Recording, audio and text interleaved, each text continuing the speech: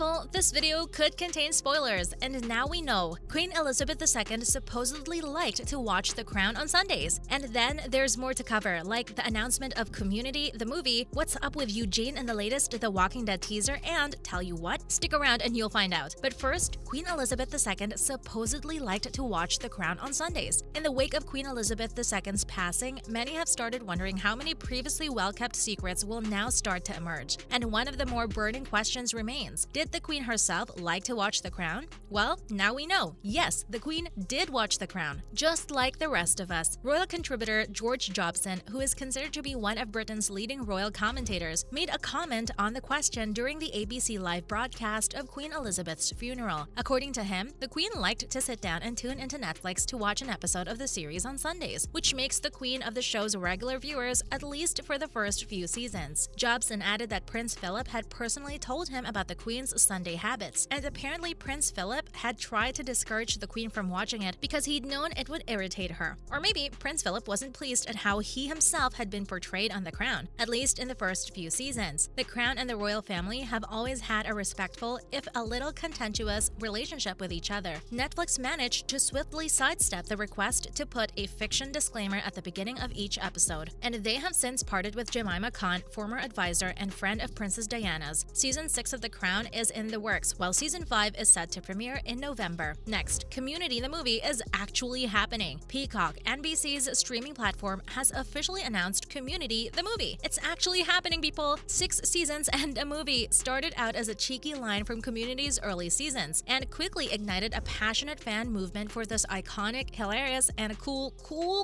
NBC comedy. Susan Rovner, NBC Universal's executive, said in a statement, "Community the movie will reunite the original cast, including Danny Pudi, Alison Brie, Gillian Jacobs, Ken Jeong, Jim Rash, and Joel McHale, with the latter also stepping up to executive produce the upcoming movie. Also on board for the project are the original series creators Dan Harmon and executive producer Andrew Guest." Initially, McHale also tagged original co-stars Yvette Nicole Brown and Donald Glover in the tweet in which he shared the happy news. But neither Glover nor Brown were included in Peacock's official statement. Back in the day, Gillian Jacobs had sworn that if there ever was a movie, they would do it all, which is what we're still hoping for. Sadly and understandably, there's no release date yet, but it's official. 6 seasons and a movie it will be. And now, is that Eugene on trial in the latest The Walking Dead trailer? The final 8 episodes of The Walking Dead are looking very promising, and we may not have seen it all after all. The last episodes of the 11th and final season of The Walking Dead have started airing, and what we've been able to gather from all the teasers trailers so far is that there's going to be a lot of action involving our heroes versus the leaders of the Commonwealth. It's as if fighting against the zombies isn't keeping them busy enough or something, because we might be in for a novel kind of action, at least in the world of The Walking Dead. And the newest teaser trailer had some questions hidden in it. For starters, is that really Mercer, portrayed by Michael James Shaw, the leader of the Commonwealth Army, in a fight with a fellow Commonwealth soldier? But even more compelling is the brief shot of Eugene himself, portrayed by Josh McDermott, in what looks very much like some kind of courtroom. Completing the illusion is him wearing a nice coat with a matching tie, as he sits in front of a barricade that separates him from the others seated behind him. If that's the case, the footage shown in The Walking Dead's Comic-Con trailer is starting to make a lot more sense. And let's be honest, the Commonwealth is exactly the type of place that would go through the make-believe of a fair trial for those detained on charges. What do you think? Next up, American Horror Story goes New York. Mila Kunis calls BS on Kelso and Jackie ending up together. And Bob Odenkirk already moved on to his next project. Want to know all the details? Make sure to watch until the end of the video so you don't miss out. First up, American Horror Story goes New York. Just a few more weeks to go until the 11th season of American Horror Story is coming out. And the new title has finally been revealed. The Ryan Murphy-spawned anthology series has been dubbed AHS NYC, a title that is rather unusual for the series, but we have to admit that we're not really surprised. In a city like New York City, you're not going to get away with filming anything out in the open without a lot of people noticing, as was the case with the upcoming season of American Horror Story, with all the bystanders and paparazzi capturing videos and pictures of the actors and crew as they worked on filming throughout New York. And then Murphy himself posted a teaser on his Instagram featuring an apple with a bite taken out, which was in reference to the upcoming season of American Horror Story. New season, new city, new fears. American Horror Story teased on their Twitter. Luckily, the tagline doesn't say new people as well, because that would have been a massive bummer. But it has previously been announced that series veterans Patti LuPone, Zachary Quinto, Sandra Bernhardt, Isaac Powell, and Billy Lord will all be returning for yet another horror story. New to the family are Charlie Carver and Joe Mantello. Others that will be returning are Dennis O'Hare and Leslie Grossman, along with newcomer Russell Tovey. AHS NYC is set to premiere on FX on the 19th of October 2022. Are you going to watch it? Following, Mila Kunis calls BS on who her character ends up with on that 90s show. Mila Kunis doesn't care that she met her very real-life husband Ashton Kutcher on the set of that 70s show back in 1998. She doesn't think that their characters on the show should have or would have ended up together on the Netflix spin-off That 90s Show. In an interview with Access Hollywood, Kunis opened up about how she just feels that Jackie and Kelso, their respective characters, would have made it for the long haul. You know what? I called BS. I think that I ended up with Wilmer Valderrama's character, she said, which would be Fez, in case you needed a reminder. She also pointed out that at the end of that 70s show, Kelso was married to Brooke, portrayed by Shannon Elizabeth, and even had a child with her, Betty. He subsequently moved to Chicago to be closer to both of them, but Kelso did try for Jackie's hand one last time in the final season of that 70s show. After all, they were each other's first love. So maybe it's not all BS, but if it had been up to Kunis, Jackie and Fez would have found true love together. That 70s show has wrapped filming in July of 2022, but no release date has been released yet. We can expect most of the original cast to return for the spin-off, including Wilmer Valderrama, Topher Grace, Kurtwood Smith, Laura Prepon, and Deborah Jo Rupp. Lastly, Bob Odenkirk already locked and loaded for his new AMC series Straight Man. Bob Odenkirk is not the kind of man to sit still for too long, or at all it seems. AMC has just released the very first images from their new comedy drama Straight Man. The new series is an adaptation of the 1997 novel of the same name, written by Richard Russo. They're calling it a midlife crisis tale. Straight Man is set at a Pennsylvania college that isn't doing too well, and the story is told in the first person through the eyes of William Henry Devereux Jr., a rather anarchistic chairman of the English department. Bob Odenkirk will step into the shoes of this struggling man, and he'll be joined by Muriel Enos, who will be playing Odenkirk's on-screen wife. His adult daughter will be portrayed by Olivia Scott-Welch. Odenkirk himself can hardly get any more excited about his new project. It's like you took a very funny show like Parks and Rec and you said, let's slow down and get to know these people and have their internal battles be a little bit more of the subject matter. He gushed about Straight Man. In a way, it's going to be an exciting new mix of comedy and more of the drama that we've come to know and love in Better Call Saul. Are you excited to watch this one once it's out? And that's all we have for now. Do you think Queen Elizabeth II actually liked the show? Or do you think Prince Philip was right and it only annoyed her? Let us know in the comments what you think. Thanks for watching.